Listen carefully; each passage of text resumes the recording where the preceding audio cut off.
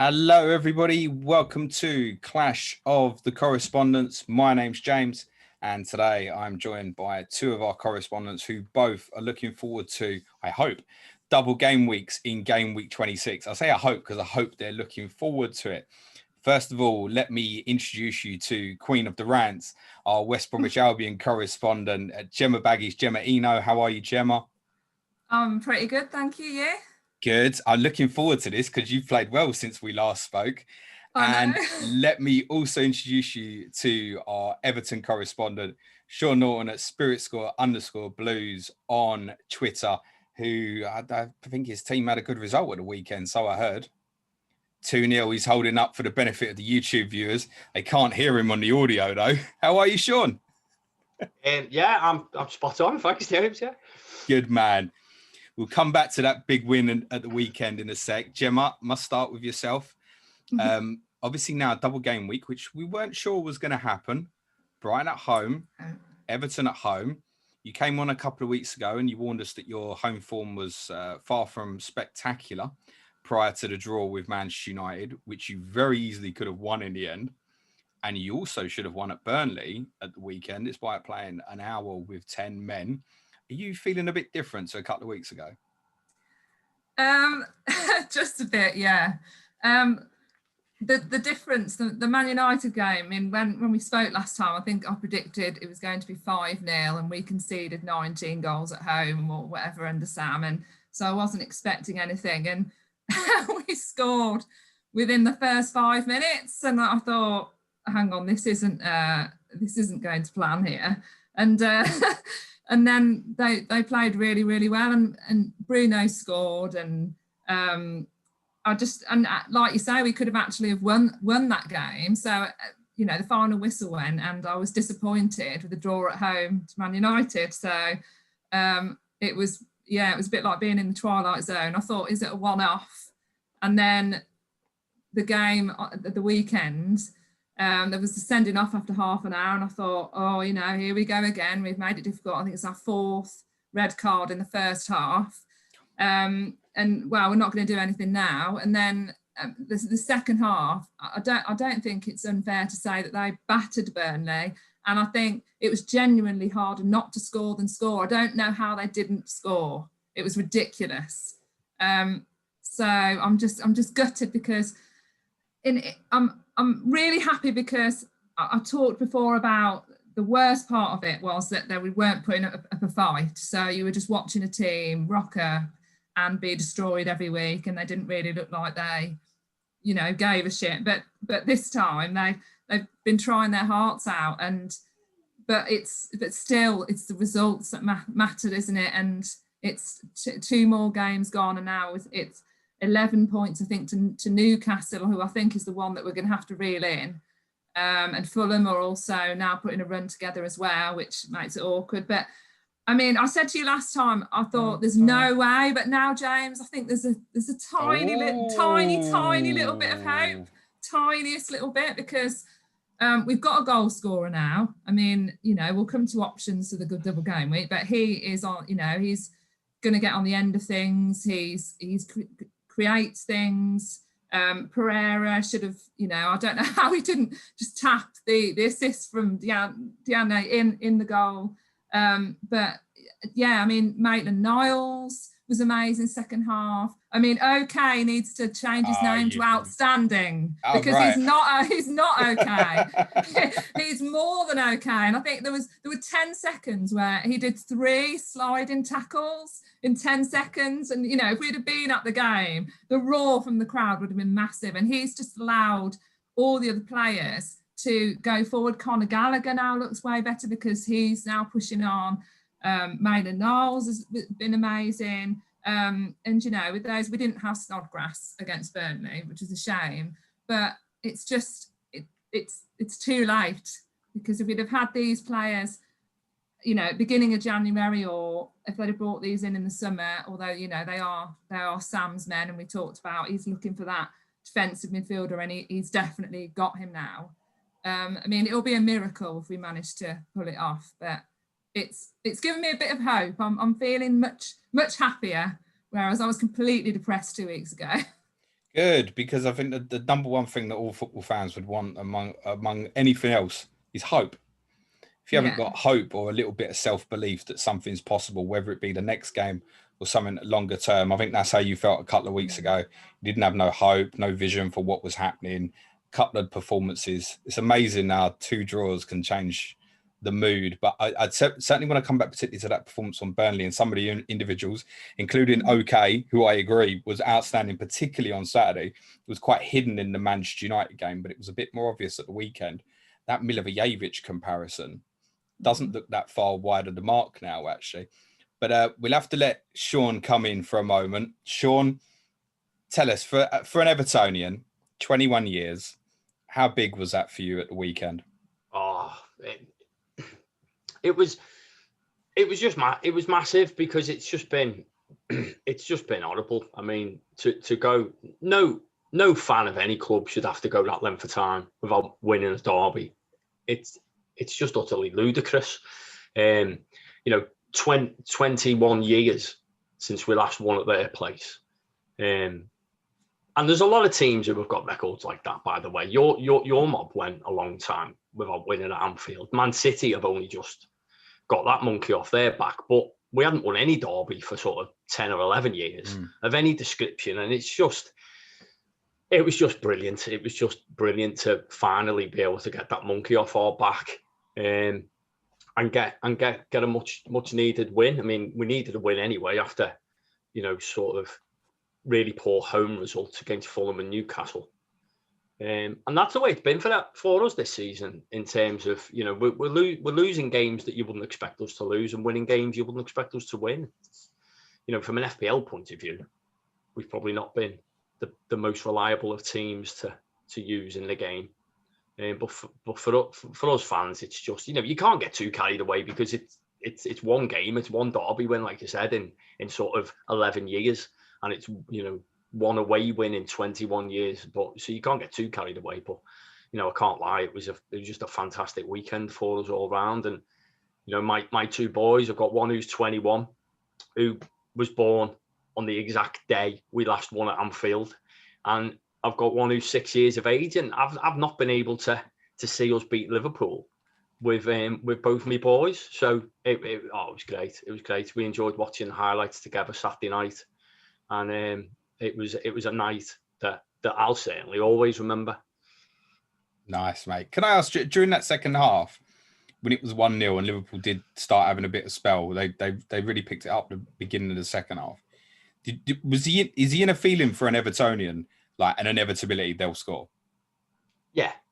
Well, I sort of stopped watching derbies many years ago, because more so at Anfield. But I've just sort of given up on them, because it's like almost like I felt like the league should remember what they done with the Ryder Cup, where the Yanks kept winning it, and so they started to let us have extra players from other countries and stuff like that to make it competitive. I got to the point where I was hoping the Premier League would do that for us. Give us a couple of Man City players and Tottenham players, and let us give them a game for once. So they did give you Fabian Delph, in fairness, mate. Well, it'd be better off me or you playing. At least we'd get on the pitch, wouldn't we? At least we'd be fit. I don't know about that. Well, you might be. I probably wouldn't be. I'd be all right for about 5 minutes. But yes, so it was, it's just really, really, really pleasing to win, finally get the win. But yeah, you start thinking, oh God, we've scored too early. We've got one after 3 minutes. I've been there. There's no way. The instinct is there's no way we're hanging on to this. But they did. They defended really, really well, and we've done that in isolation. We've been able to do that. We just lack consistency, and so we haven't had many clean sheets. So it's strange. We're just a very, very strange team this season. I mean, one of the other correspondents, I won't say who it was, but someone asked me what I thought about Pickford, and I was like, don't touch Pickford, because for one, he's not guaranteed to play, and for two, we're not likely to keep a clean sheet, and then we go and keep a clean sheet at Anfield straight away. So it shows what I know. We'll come back to some of the assets, because you're double as well now. Southampton at home, West Brom away. I mean, it's even got people mentioning the idea of Dominic Calvert-Lewin triple captain. Is that over the top? I just think it's. I don't think it is, but it's a massive gamble. It's one of the. It looks good on paper, doesn't it? On paper, it looks good. You think, oh, they scored 5 against Tottenham, scored 3 against Man United, just beat Liverpool. He's had a little break because of the injury, and it looks really, really tasty. But he probably won't do anything. So you wouldn't do it, to clarify? I'm probably not the best person to ask though, because I don't like having Everton assets in my team, so that's just. I've been there as well. I've told you before. There's a lot of interlinks between Tottenham and Everton fandom, mate. I know how you feel on a lot of these things. Yeah. Just to sum up some of what you're saying about consistency of results being a little bit bizarre. I mean, a lot of FPL managers would have captained Calvert-Lewin for the 2-0 home defeat against Newcastle. You then win at Leeds. You come back from 2 down to get a 3-3 right at the death at Manchester United. Then there's the bizarre FA Cup game that you had with my team, which was so out of character, almost for both sides. Yeah. Actually, it was just a random football match. And 5-4 almost didn't do it justice in the end. Then you get absolutely well beat by Fulham, 2-0. Yeah. City turn you over and you think, well, that's a precursor for the Liverpool game. Obviously, it's going to be too much. I think that's what most of us thought. And then you deserve to win, mate. You had the better chances in the. So I know what you're saying about the consistency issue. And then you look at the 2 fixed games on paper, and with respect, Gemma, we'd look at West Brom and Southampton, and Evertonian fans suddenly are flying high and thinking, well, that looks like 6 points. But as we've seen with Everton, it doesn't necessarily work out that way. There seems to be the age-old issue, and we've spoke about it for the length of time that we've been doing these pods together, about, it's all about attitude with our players, and the recruitment over the years. I've spoke to you and Suj about it loads of times, where they buy unquestionable players who have got unquestionable ability, but it's their attitude. And that game against Fulham, I just think everybody, from the players to the manager, just got it wrong. The attitude wasn't right. The team wasn't right for me. Didn't make any sense whatsoever. I'd never have James Rodriguez and Sigurdsson on the pitch at the same time for any length of time, because I just don't think they've got the legs. And we just invited Fulham onto us down the wings. And I don't watch a great deal of Fulham, but from what I have seen, I knew that they were a team that had loads of pace, loads of energy. And as soon as I saw our team, I was, oh God, they'll just run us to death. But I thought that about Leeds when I saw the team against Leeds, and I thought Leeds were going to run us into the ground, and that never happened. So it's really difficult to judge. I think Everton this season more than any other. But if we get the attitude right against West Brom and Southampton, then Dominic Calvert-Lewin will do bits, because he's the focal point of the team. The whole team is geared around getting him service, and Rodriguez and Digne and Sigurdsson you can't question the quality that they all possess. So they're gonna create chances for him, and invariably the form that he's been in all season, he's likely to take them. But that said, that's if the attitude of the team's right, because if it's not, which it wasn't against Fulham and Newcastle, then it's likely to be 2 blanks. Gemma, I've still got Sam Johnstone. What do you want to say to me about it now? Nice clean sheet at the weekend. No, he was sitting on the bench, mate, obviously. I thought he was. Yeah. So, sorry about that. Everything that I said, kind of the opposite happened. So, I mean, Johnstone is a great goalie, but I mean, if they can sort out the clean sheet situation, which Sam has always wanted to do, then it looks more attractive, and the defenders do, because you've got Furlong, I think it's 4.5, and Dara O'Shea will play as well because Semi's banned. It's a 1-game ban, Ajay, isn't it? Is that right? One game, yeah. And then you've got Bartley as well. So I don't know. I think we talked about what difference OK has made, and it's huge. It's absolutely massive, because he's such a protector of that back four. Then at the same time, that allows the other players to go forward without having to worry that they're going to be exposed. So I do think. I know it's only been 2 games. One of them was against Man United though, and they've looked way more solid, even with 10 men. I mean, I couldn't believe how they were attacking it. I mean, Burnley have had their injury worries as well, and they had a really off day. But with 10 men, they were just marauding forward in that second half, time after time. I just thought, what am I watching? Is this actually West Brom? He was watching a team with nothing to lose. Yeah. And I bet they went in that dressing room afterwards and they'd be disappointed. But if they feel like, I do and other Albion fans do, there's got to be some kind of belief there now. And the fact that Sam has done it before, and, this is going to be the biggest miracle of all miracles if he pulls this one off. But, you never know. But they're definitely not going to get hammered every week now. Yeah, no, that's the key difference. I think you're thinking, understand, okay, yeah, we understand the quality levels, etc., but no longer that feeling of gonna get absolutely torn apart like you did a couple of weeks ago. And our boy OK in central midfield has facilitated a little bit of a tactical tweak where you'd kind of got locked into this 4-4-1-1 with Pereira for front man. Then he went back into various wide positions, which we didn't like. But now with OK, it's a little bit more of a 4-1-4-1, which, as you said, allows Gallagher and Maitland-Niles to really go and support. And then you've got Pereira +1 from the wide positions. Talk to me, if you can, a little bit, Jim, about the front man and Mbaye Diagne.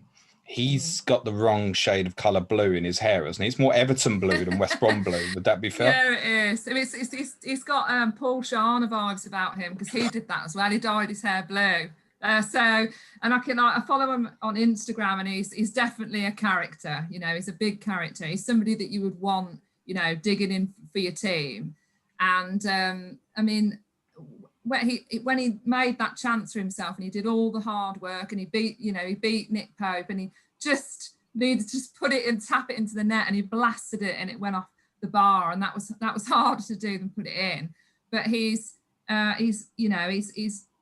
what we've been crying out for, and we've had Carl and Grant there, and that hasn't worked, and Robinson, that hasn't worked. But Diagne, if you wanted a differential for this double game week, I would definitely, you want to go against other people. He's 6 million. You could definitely do worse. He's already got 2 assists and a goal, I think, in 4 games or something. So, you can do worse. But I'm not going to curse him in my team. 18 points in 5's not bad. Yeah. I don't know.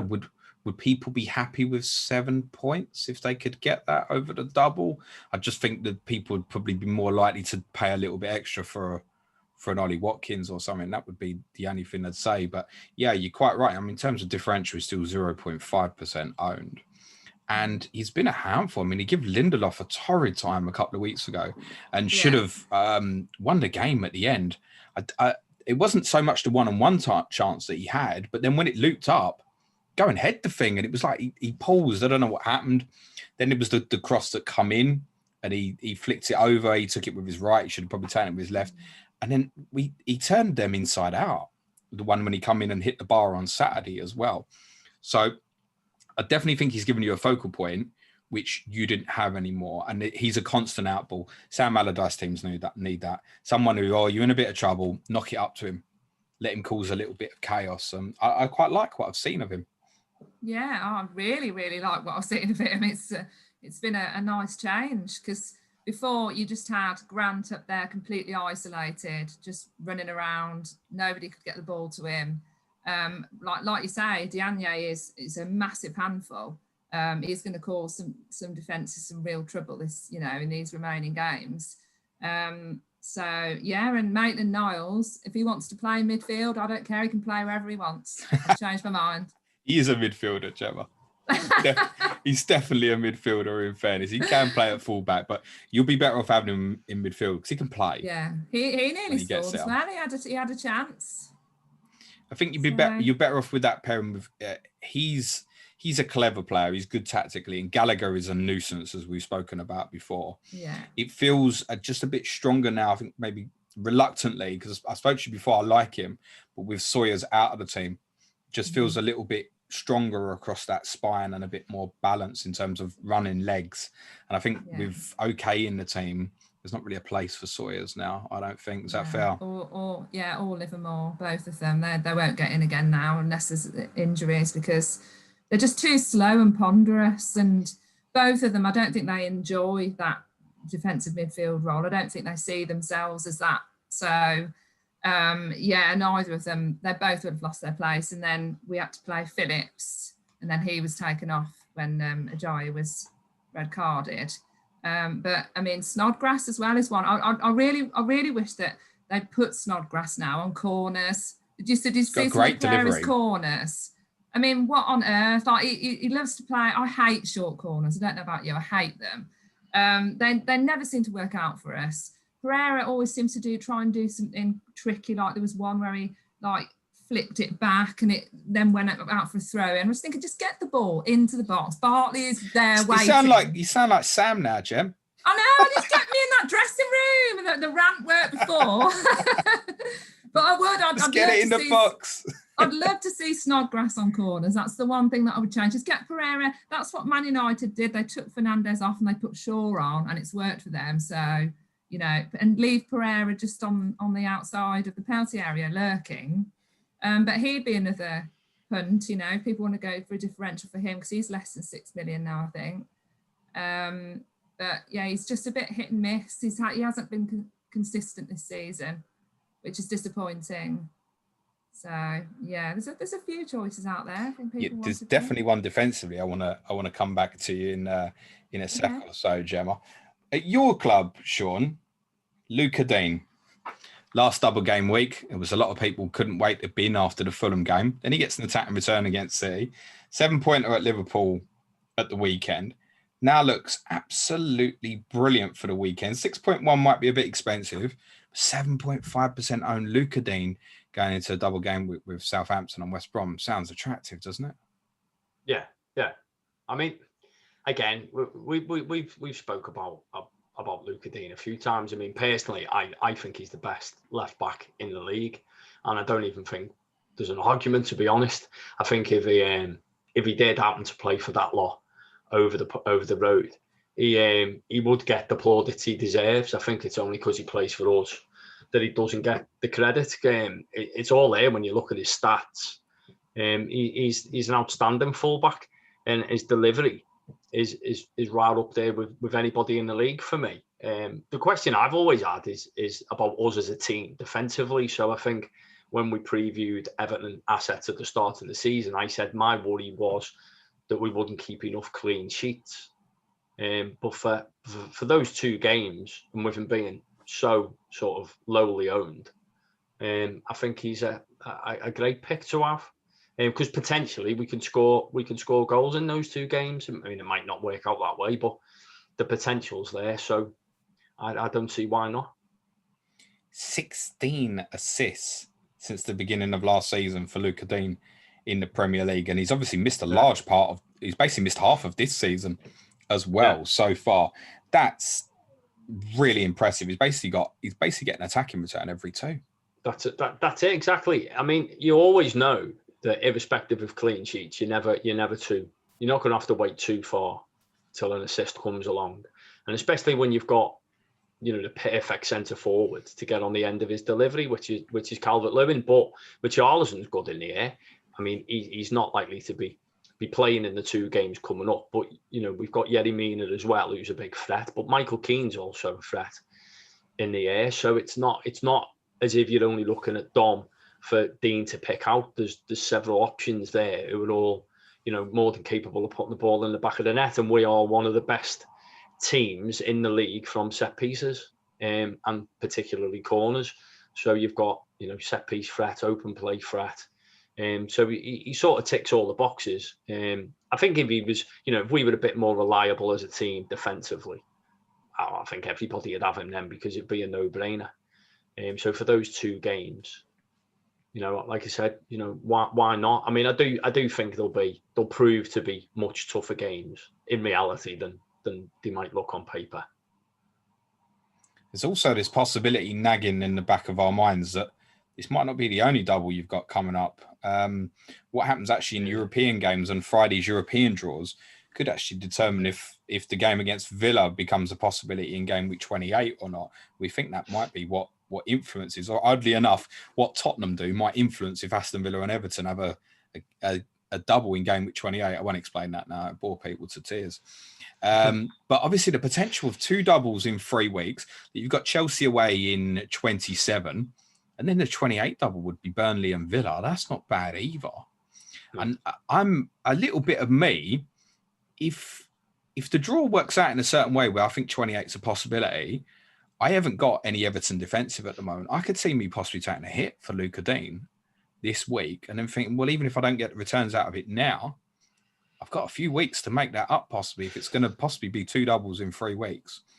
And that's why me and Serge want people not to get rid of Calvert-Lewin as well with the injury. Say, look, just be patient and hold on because this could end up looking really good for Everton. Yeah, and of course, Alan's back. And he'll start getting minutes now as well, and that'll only help shore up the defence because he's been a big miss for us the last few weeks. Well, where do you see this going? Because obviously it was basically flat back 5 for the majority of the game at Anfield at the weekend. That's not the favoured system, really. Where do you see this going next with the fixtures that are coming up and say Alan returning into that team? Is it just revert to sort of the 4-3-3 we saw at the start? Yeah, that's what I would imagine will happen. He's always it's difficult to second guess Carlo, but I don't really see any reasons why he wouldn't just go with the 4-3-3 for those 2 games. I know he specifically wanted Coleman to do a job on Robertson for the derby because he saw that Robertson was their biggest threat, and it's something that I know you speak about quite often. The amount of attacking that Robertson does, and he sort of plays almost like a left winger for them more so than a full back. So Coleman basically was just given the task of man marking him, which I thought he done really, really well. But that was definitely a one-off. So I'd imagine that we'll just play 4-3-3. And see how we go from there. Because he invariably will change it in game anyway, depending on how the game's going. We haven't got a huge amount of injuries at the minute, so he's got plenty of options available to him. One of the things Ancelotti's done since he came in, which might be a little bit frustrating and worrying for a few people, is when he's got the full complement of players fit defensively, which you don't at the moment because Yerry Mina's out injured and won't be available in the double. But he has been known to, like there were periods last year where we rotated Mina, Keane and Holgate. Yeah. Now, obviously, you've got Godfrey in there as well. Is the best system with, I know you're talking about Coleman doing the job and Robertson, is it Holgate at right back, Godfrey and Keane essentially with Digne at left back, do you think? Well, he's not played well the last few games, Holgate. So it's difficult to call who's gonna play in that right back slot. Like I say, especially with Coleman doing such a good job on Andy Robertson. So I think that one's like a flip of a coin who plays right back against Southampton. I wouldn't like to call that one. And obviously Keane and Godfrey at centre back. I think that looks after itself because Holgate wasn't good against Fulham at centre back. But I was surprised he threw Godfrey and Holgate together for that game and had Keane and Mina on the bench. And a lot of Evertonians were surprised. So it's difficult. It's difficult to know for sure, but I wouldn't be surprised if it's Digne and Coleman as the full backs with Godfrey and Keane at centre half. I would think it would definitely be Godfrey and Keane versus West Brom if they're fit. I would have thought just to deal with the area a little bit more. Whereas against Southampton with someone like Danny Ings. And they've played well against you the last few times you've played Southampton. Actually, have given you some trouble. Yeah, you might mix it up. Danny Ings is a guaranteed goal. All right, noted. I was thinking of selling him, Sean. You took me out of it, mate. He always scores against us. So Yeah, definitely keep Ings. Thanks. Cheers.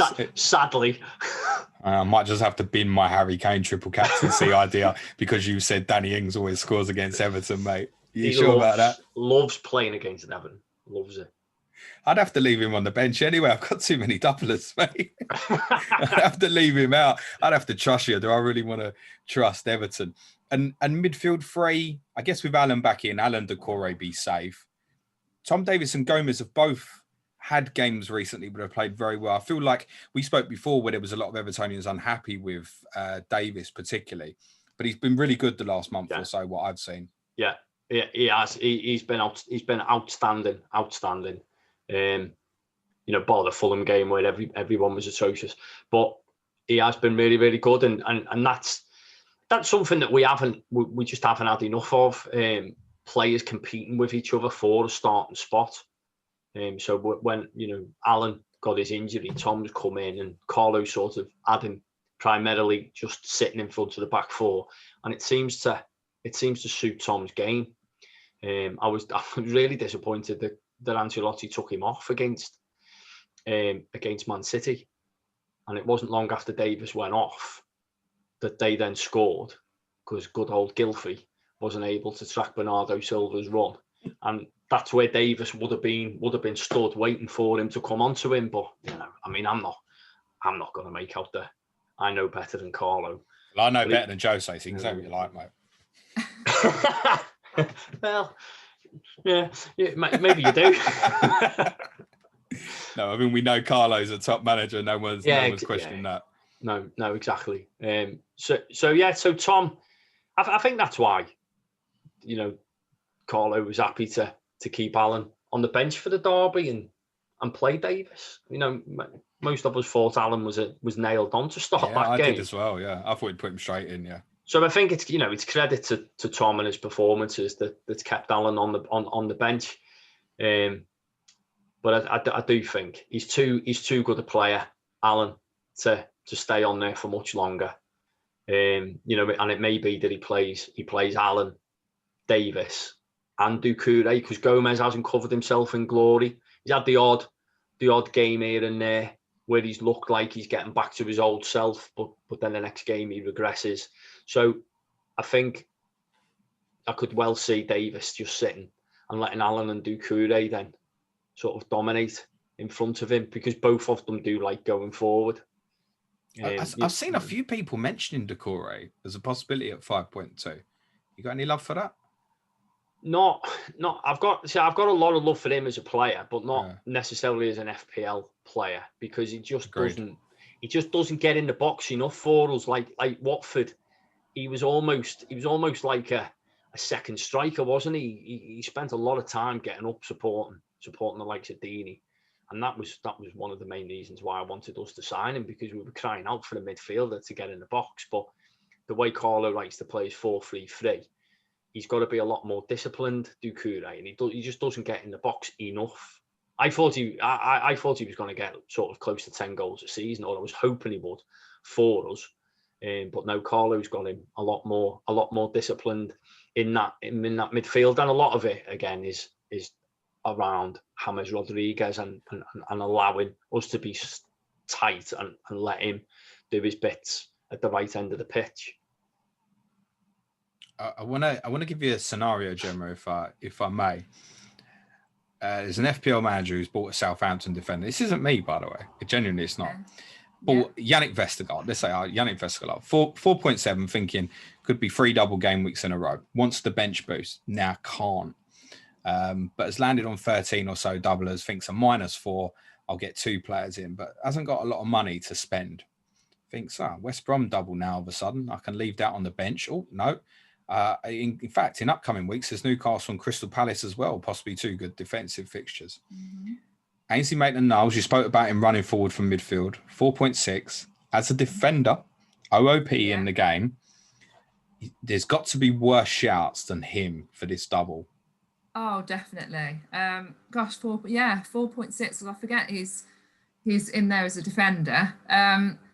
Yeah, I mean, you could definitely pick worse than him. But by the way, before I forget, it's just worth saying that Calvert-Lewin, people are still umming and ahhing about him. Gemma, no one believes you this time. Scored a hat-trick at Goodison against the Albion in the other game, in the reverse game. So I'm just putting that out there. I'm going to sell him, Sean.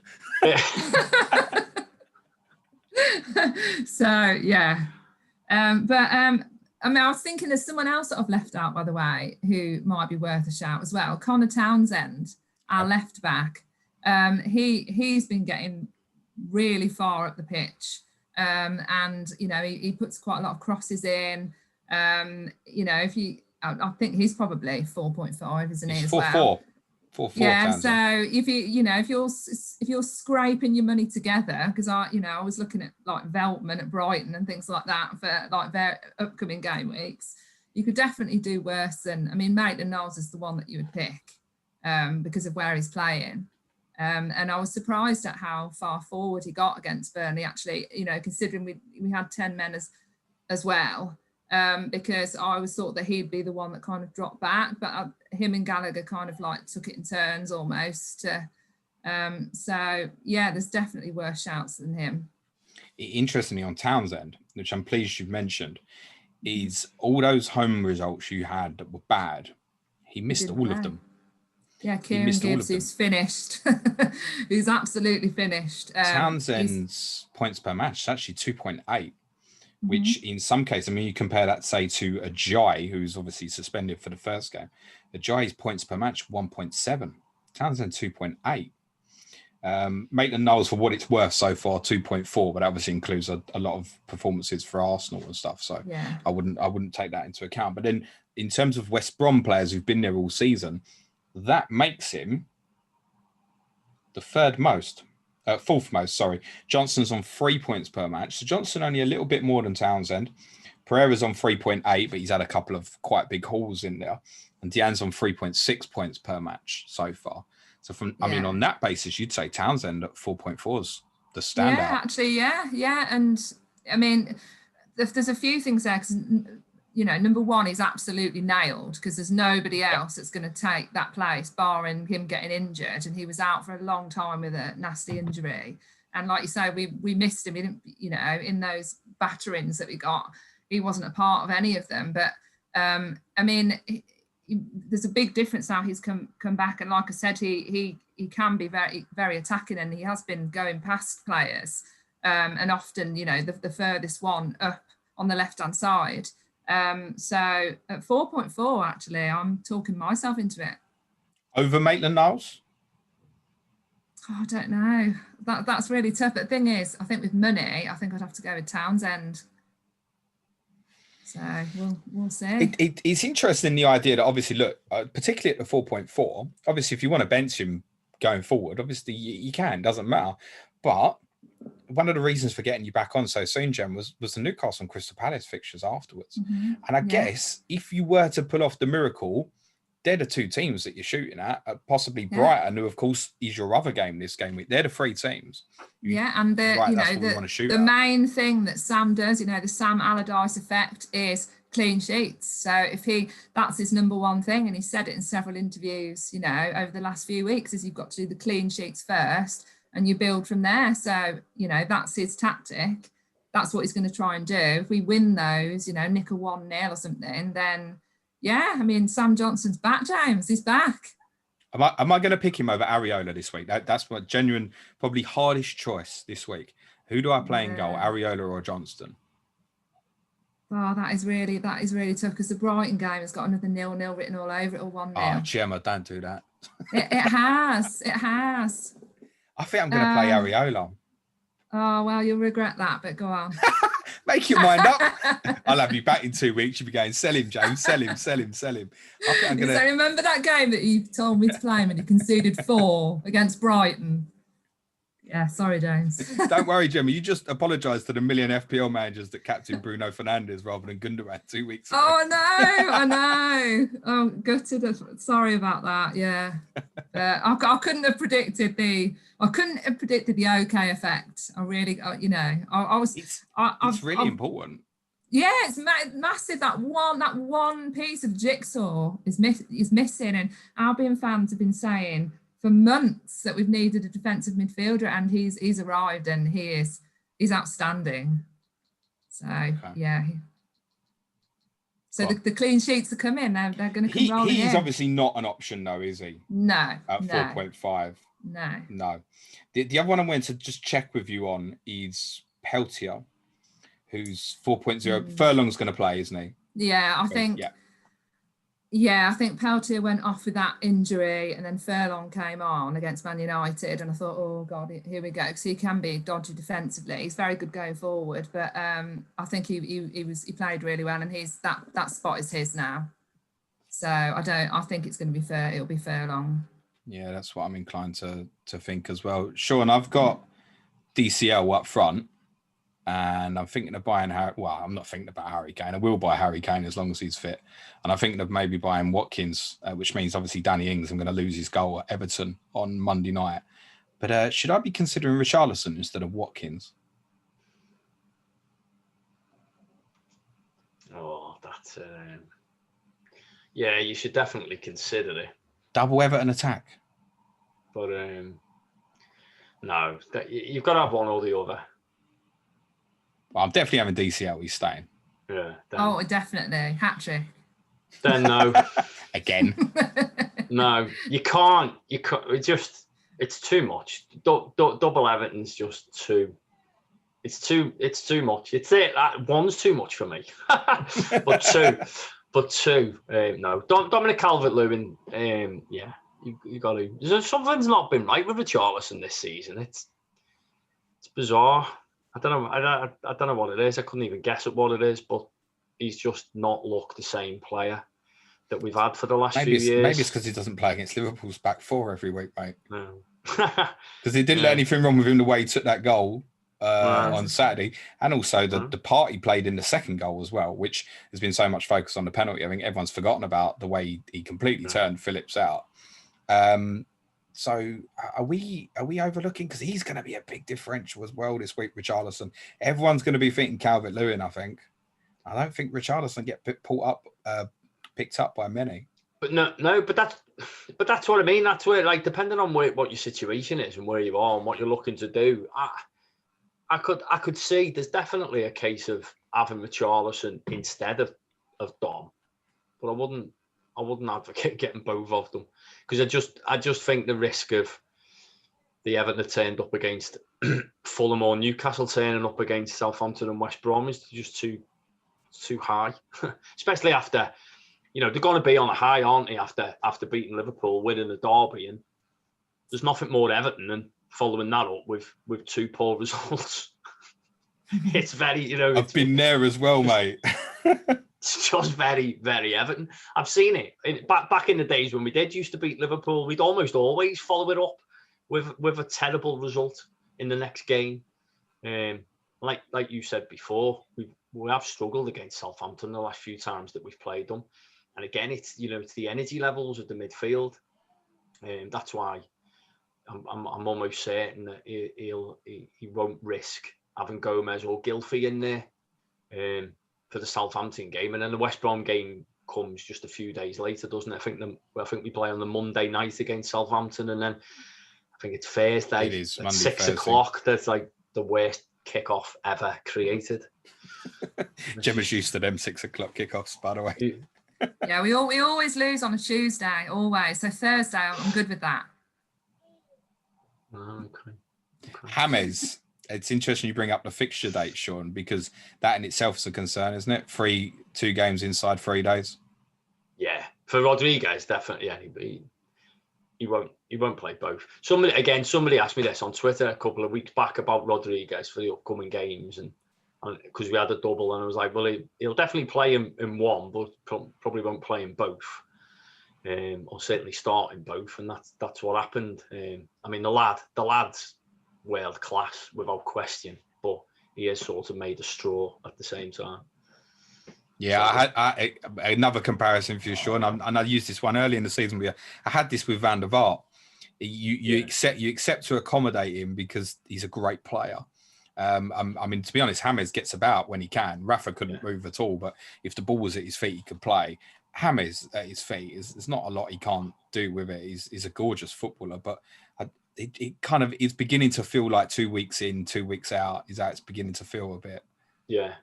Sadly, I mean, that was always the question on him, wasn't it? If you say the ability, we all knew the ability was there. It was from an FPL point of view.